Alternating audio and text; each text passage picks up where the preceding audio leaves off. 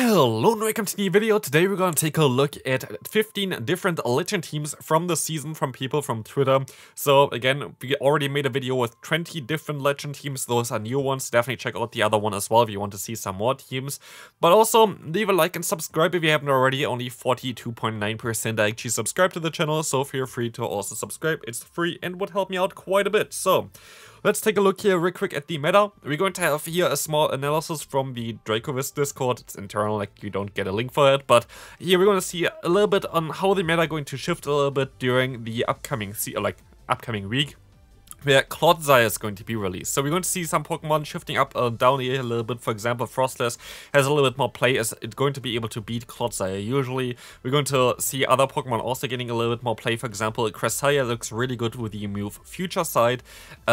In general here, Watergun Lantern going to be a little bit better. The Alone Sandslash looks a little bit better. Interestingly enough, the Charm Ninetales looks a little bit better as well. Looks like it might beat the Pokemon that beat the Clodsire, and especially because you're going to pair Clodsire usually with some Dark-type Pokemon. Then we're going to see here as well, Registeel on top. The calculation basically takes in 40% basically for the 0 shields, 40% for 1 shields, and 20% for the 2 shield scenario. Registeel kind of benefits from that, as Registeel is really not bad, but like it's not as great in the 2 shield scenario, but better in the 1 and 0 shields, as it has more nukes, but not really fast move pressure. So that's why Registeel is a little bit higher up. But still, this is kind of interesting here to see kind of a graph on what is going to be good for the upcoming season. Still, definitely very interesting here. Doesn't really mean, or like upcoming season, upcoming week here. Definitely something interesting here, I feel like. But definitely a Pokemon like Frost is going to be a little bit better. Some Ice-type Pokemon going to be a little bit better. But for teams for Clodsire, we're going to take a look at this in a separate video on Sunday, so definitely stay tuned for that. We're going to start off here with the first team from Tomahawk UK, having a very interesting Pokemon there in the lead, going to be the Shadow Golbat. Shadow Golbat going to be a very strong Pokemon in the current meta, as you can see here as well. Going to be able to beat actually both Lickitung as well as the Medicham, but the entire team can beat Lickitung. ThxObama is Diggersby. I'm not sure about the moveset though. That's what I would run on the Diggersby, but I'm not sure if this is going to be correct. But a very cool team here. I feel like this is kind of a unique one with the Golbat here. Going to be a very cool Pokemon. In general, very cool Pokemon to have. You can get them through Rocket Grunts right now as well. So, definitely a cool one. Moving on to team number 2, we're going to encounter here a double counter team with Carbink in the lead. We're going to have some other teams that are kind of similar to this one as well later on, with like a Carbink in the lead and then double Pokemon in the back. But as you can see here, very cool team, going to be struggling quite a bit against Gligar. Carbink actually can beat Gligar though in quite a few scenarios, so it's going to be interesting for you, as well as you have Ice Punch on Medicham.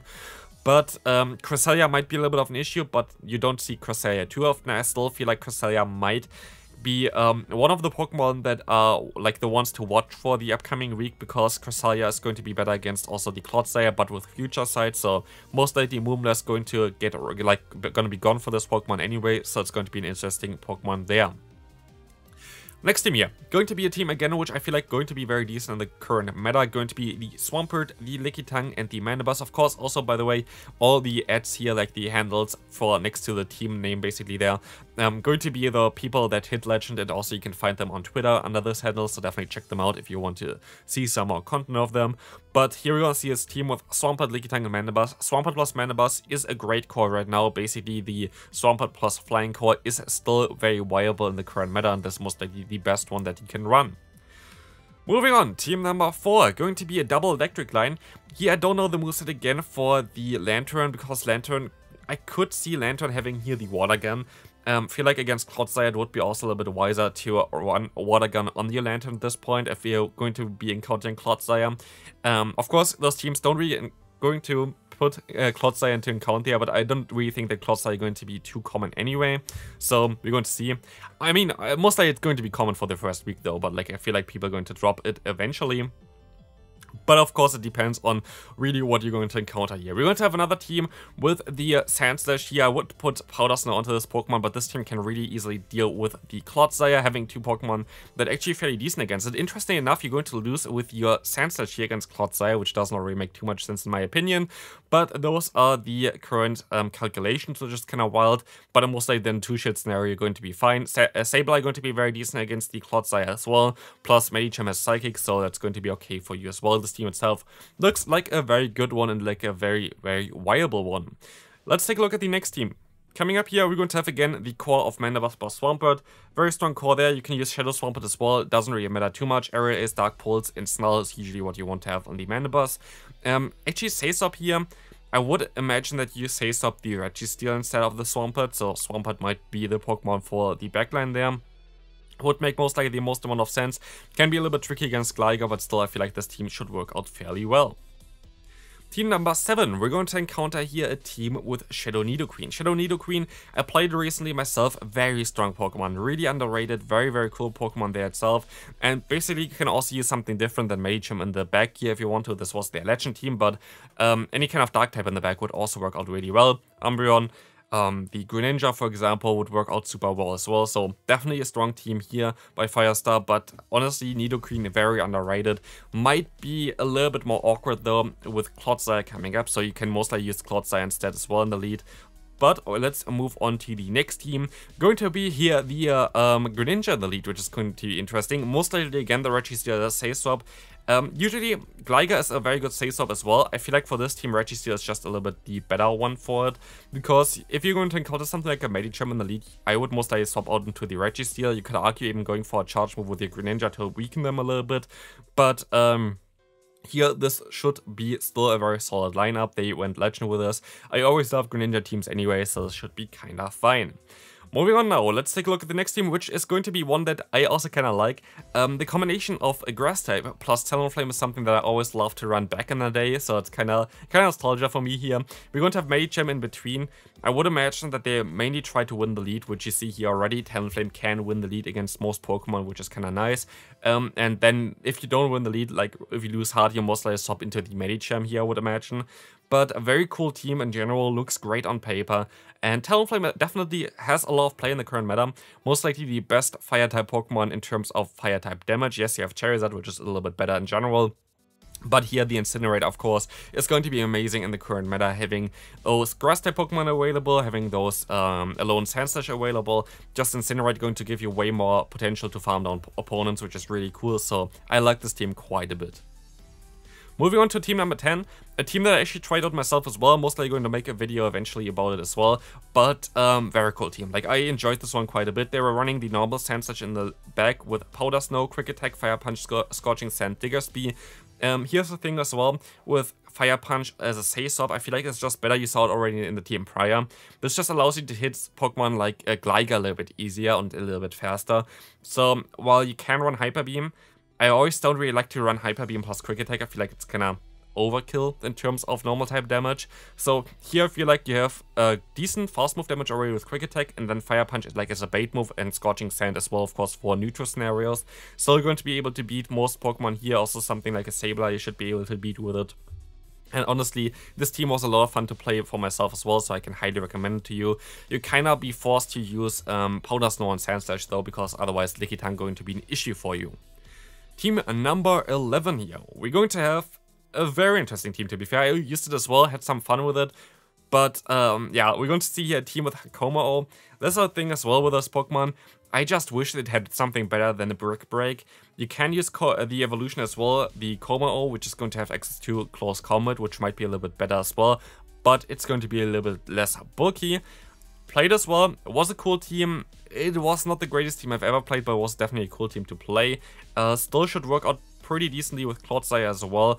You might, like, it's going to be the question anyway. Do you need to go for a Water Gun on the Lantern nowadays with, like, Clodsire being available? Not sure about it, but might be a way. I definitely think that the Lantern going to swap a little bit to Water Gun coming up with like the Clodsire, because right now like it's like 50-50 between Water Gun as well as Spark for Lantern, so I feel like it's going to be an interesting case there if you want to go for Water Gun instead. But let's take a look at team number 12.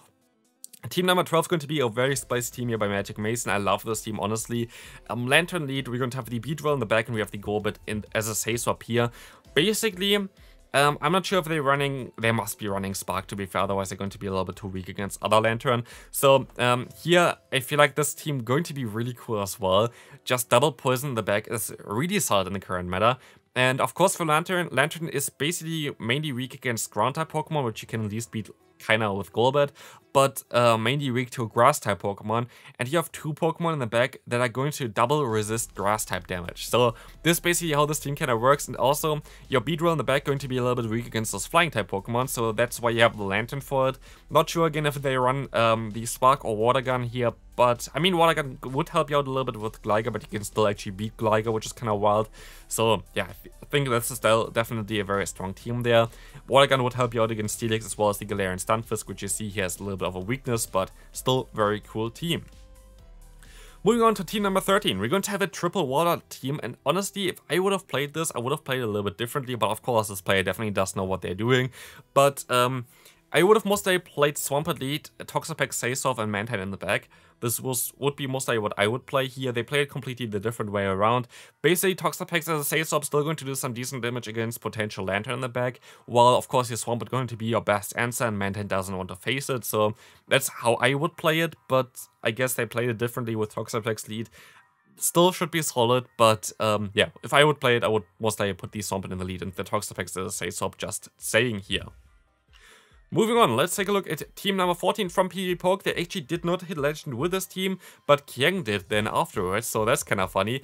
So we're going to have a team here that's also very solid, very safe, I would say, because you have Sableye, you have Lickitung, you have Superior. It's like very safe Pokemon to play. Against Registeel, you still have potential.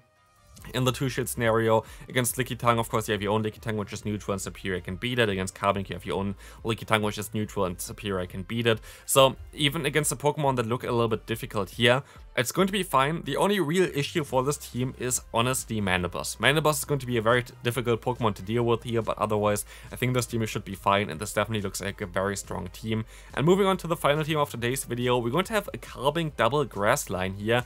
Basically Grasshole without having Grasshole. It's like basically the same concept. You have like this bulky rock type Pokemon in the lead here that can destroy a lot of Pokemon, but you don't have Razor Leafers in the back. I'm not sure if they're running Shadow Venusaur here, they might. Also don't know what they want to use as a Saisoft here. I feel like that Venusaur is a better Saisoft in my opinion, but Superior also could work out fairly well. But it's kind of interesting because now grass types are a little bit freer because Gligar is part ground, and part ground is going to be kind of nice for you as you can still hit them for neutral damage. So definitely a strong one here. Against Registeel, if you're going to be a little bit worried about it, actually Superior and Venusaur both can win it, I think, against it in the 2-shit scenario, which is kind of wild. But this team looks like a very strong one as well. Let me know in the comment section what team is your favorite, and I'll see you then. Bye bye.